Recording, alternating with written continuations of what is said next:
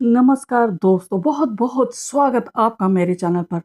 पुस्तक समीक्षा कार्यक्रम में आज मैं लाई हूँ एक नहीं, दो नहीं, तीन पुस्तकें, और ये तीनों ही लघु कविता संग्रह हैं दोस्तों।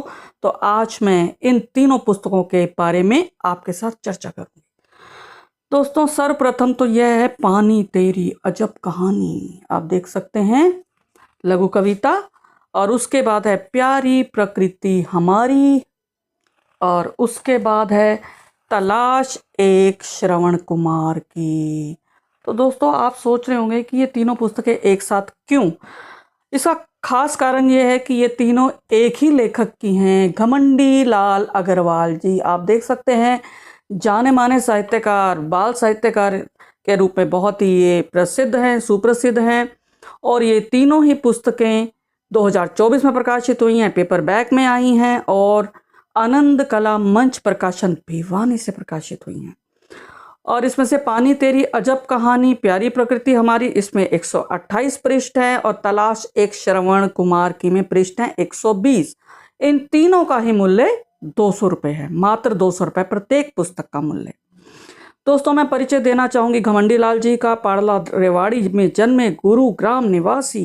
इन्होंने एमए हिंदी किया है, बीएड किया और पत्रकारिता में डिप्लोमा किया है।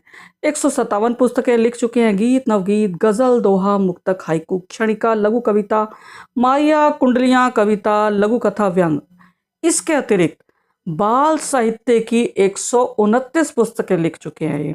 इन्हें भारतेंदु हरिश्चंद्र पुरस्कार मिला है, हिंदी अकादमी दिल्ली का बाल साहित्य सम्मान मिला है, उत्तर प्रदेश हिंदी संस्थान लखनऊ का बाल साहित्य भारतीय सम्मान मिला है, हरियाणा साहित्य अकादमी का बाबू बाल मुकुंद गुप्त सम्मान मिला है और इनकी रचनाएं पाठ्यक्रम में शामिल हैं। ये विज्ञान के अध्यापक सेवानिवृत्त हुए हैं। तो दोस्तों, अब मैं सर्वप्रथम बात करूंगी पानी तेरी अजब कहानी। आप देख सकते हैं, इस पुस्तक के बारे में बात करूंगी। यह पुस्तक घमंडी लाल जी ने समर्पित की है सुकीर्ति भटनागर जी को, जो वरिष्ठ साहित्यकार हैं। और इसकी भूमिका लिखी है प्रोफेसर रूपदेव गुण जी, जो लघु कविता के तत्व निर्धारक हैं।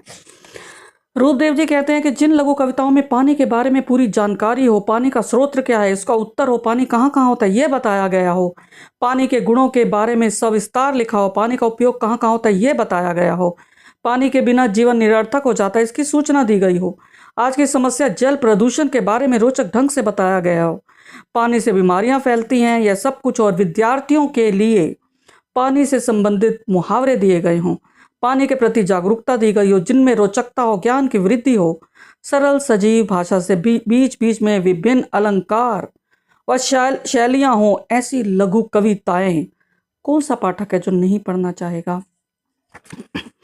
तो दोस्तों, ये तो थे इनके विचार। और अब देखते हैं आत्मकथ्य में घमंडी लाल जी ने इस पुस्तक के बारे में क्या कहा। ये कहते हैं कि इन लघु कविताओं में मैंने पानी के हर पहलू को गहनता से जांचा परखा है।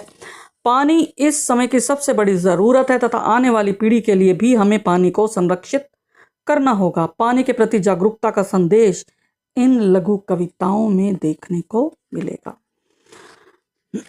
तो दोस्तों, अब मैं बात करती हूँ समीक्षा की। मैंने क्या देखा इसमें 12 खंड हैं, 108 मुक्त छंद लघु कविताएं हैं जो 10-10 पंक्तियों में सुसज्जित हैं। परिभाषा बताई है पानी की, उपलब्धता, स्रोत, प्रकार, गुण, उपयोग और पानी के बिना जीवन की कल्पना कैसी होगी, जल प्रदूषण, जल जनित व्याधियाँ, पानी संबंधित मुहावरे, उसके प्रति जागरूकता, पानी की पुकार। तो ये थे खंड। घमंडी लाल जी ने अलंकृत भाषा का प्रयोग किया है, पानवी का मानवीकरण अलंकार रूपी प्रयोग किया है। इसमें रूपक है, उपमा है, अभिधा है, अभिधा शब्द शक्ति का प्रयोग किया है, सरल शब्द, तत्सम शब्द। विद्यार्थियों के लिए ये पुस्तक बहुत उपयोगी है क्योंकि इन्होंने सरल भाषा में उन्हें समझाया है कि जल का महत्व क्या है, उसका संरक्षण करना चाहिए, उसकी उपयोगिता क्या है। इन्होंने पानी को टॉनिक कहा है, सच भी तो है। तो दोस्तों, पानी अधिक मात्रा में पीना भी नुकसानदेह है और कम मात्रा में पीना भी। महासागर, समुद्र, झील, नदियां, झरने, तालाब, पोखर, वर्षा, तो दोस्तों ये सब कुछ इस पुस्तक में है। और अब मैं आपके समक्ष एक दो लघु कविताओं का पाठ करूंगी इस संग्रह से, तो सुनिएगा दोस्तों। प्रथम है पानी क्या है। ये कहते हैं, मैं पानी हूँ, हिंदी भाषा में जल, नीर, अम्बु, सलिल, पानी। अंग्रेजी भाषा में वाटर। संस्कृत भाषा में जलम। अरबी भाषा में मोया। मेरे भिन्न भिन्न नाम, मुझसे जिंदगी संवरे, मुझसे जिंदगी मिले, मेरा गुणगान हो हमेशा। तो ये देखा आपने 10 पंक्तियों में इन्होंने प्रयोग किया, मानवीकरण अलंकार का प्रयोग किया। और एक और सुनाती हूँ मैं आपको। युद्ध जैसी स्थिति, इन्होंने कहा है कि पानी की फिजूल खर्ची उत्पन्न कर देती पानी का अभाव, जिसका पड़ा करता जन जीवन पर प्रभाव। पानी नहीं होगा तब युद्ध जैसी स्थिति बनेगी, मानव मानव में आपस में ठनेगी, झगड़े फसाद मुंह खोलेंगे। तो इन्होंने चिंता जताई है कि पानी के कारण युद्ध हो सकता है दोस्तों, तीसरा युद्ध कहते हैं ना। अब इसकी संग्रह की आखिरी कविता सुनिए, हानि ही हानि। ये कहते हैं, अनावश्यक रूप से भूमि पर जब पानी बहे, सड़कें टूटें, गंदगी का साम्राज्य हो, रोगाणुओं का रहे बोलबाला, बीमारियां मुंह खोलें, तभी तो कहा गया है, संचेतना का करो प्रसार, हर इंसान करे पानी से प्यार, हर इंसान करे पानी से प्यार। तो अब मैं दूसरी पुस्तक उठाती हूँ, प्यारी प्रकृति हमारी, और इसको समर्पित किया है प्रोफेसर रूपदेव गुण जी, जिन्होंने इसकी भूमिका भी लिखी है। तो प्रोफेसर साहब कहते हैं कि प्रकृति के संग अटखेलियां करती लघु कविताएं हैं ये। घमंडी लाल जी ने प्रकृति को वैज्ञानिक दृष्टि से देखा है। इन्होंने प्रकृति के लगभग प्रत्येक अवयव की परिभाषा देते हुए बताया कि वास्तव में वे क्या है। इन्होंने 18 अवयवों का वर्णन किया है। और आत्मकथ्य में घमंडी लाल जी कहते हैं कि यह इनका तीसरा लघु कविता संग्रह है, जिसमें प्रकृति संबंधी 18 विषयों पर 108 लघु कविताएं निहित हैं। प्रकृति के सूरज, चांद, सितारे, पहाड़, समुद्र, पेड़ पौधे, हवा, झरने, झील, बगीचे, पगडंडी, चांदनी, धूप छांव, नदी, फूल, दिन रात, ऋतुएं और मौसम आदिकाल से मानव मन को मोहते रहे हैं। ऐसे ही कुछ विषयों को मैंने चुना और लघु कविताओं का सृजन किया। तो दोस्तों अब समीक्षा की बात करती हूँ। तो इसमें 108 लघु कविताएं मुक्त छंद में 10-10 पंक्तियों में सुसज्जित हैं। 18 अवयव प्रकृति के हैं।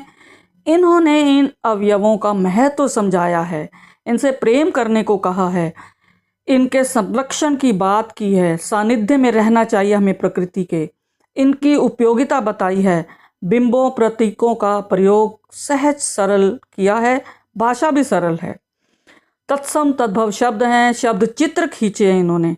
सूरज से विटामिन डी मिलता है बताया इन्होंने, नदियों से जल, फूल तनाव कम करते हैं, वनों से पर्यावरण शुद्ध होता है, और पंछी सीख देते हैं कि मोह में नहीं बंधना चाहिए और इकट्ठा नहीं करना चाहिए और ईर्ष्या नहीं करनी चाहिए। ये कहते हैं कि समुद्र खजाना लुटाते हैं, हवा हमें जीवन देती है, और सूरज को ग्रहों के परिवार का मुखिया कहा है इन्होंने। तो दोस्तों ये सब कविताएं हैं, इसमें मैं पाठ करती हूँ। प्रथम है सूरज, जीवन गतिमान हो गया। ये कहते हैं, निशा का गहन तिमिर छटा, भोर ने अपनी छटा बिखेरी, सूरज उदय हुआ, पंछी अपने घोंसलों से निकले, कृषक खेतों की ओर चले, सड़कों पर चहल पहल बढ़ी, जीवन गतिमान हो गया, तुम भी उठो, सूरज को जल चढ़ाओ, आलस से त्याग दो, आलस से त्याग दो। एक और कविता देखिए।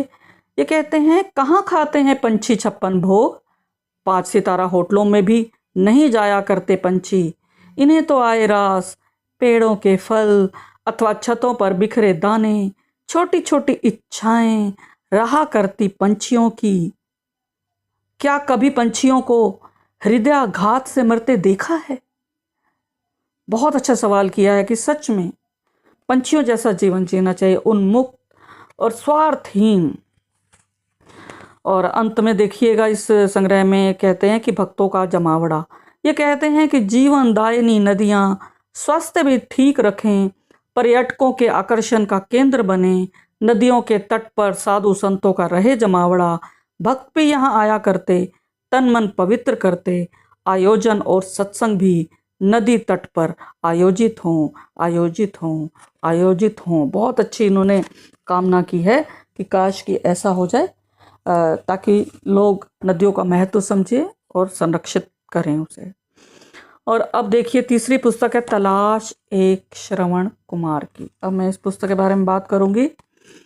दोस्तों, यह इन्होंने समर्पित किया श्री आनंद प्रकाश आर्टिस्ट, जो प्रकाशक हैं, और उनकी धर्मपत्नी श्रीमती सुनीता आनंद, वे भी इनके साथ जुटी हैं।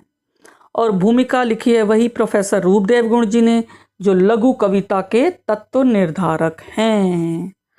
देखते हैं रूपदेव जी क्या कहते हैं। उन्होंने कहा है कि अग्रवाल जी का यह संग्रह देने का अभिप्राय पाठकों के जीवन में सुधार लाना है, उन्हें अच्छा जीवन व्यतीत करने के लिए प्रेरित करना है, और यह भी साहित्य का शिवम रूप तथा यह ही साहित्य का उद्देश्य है।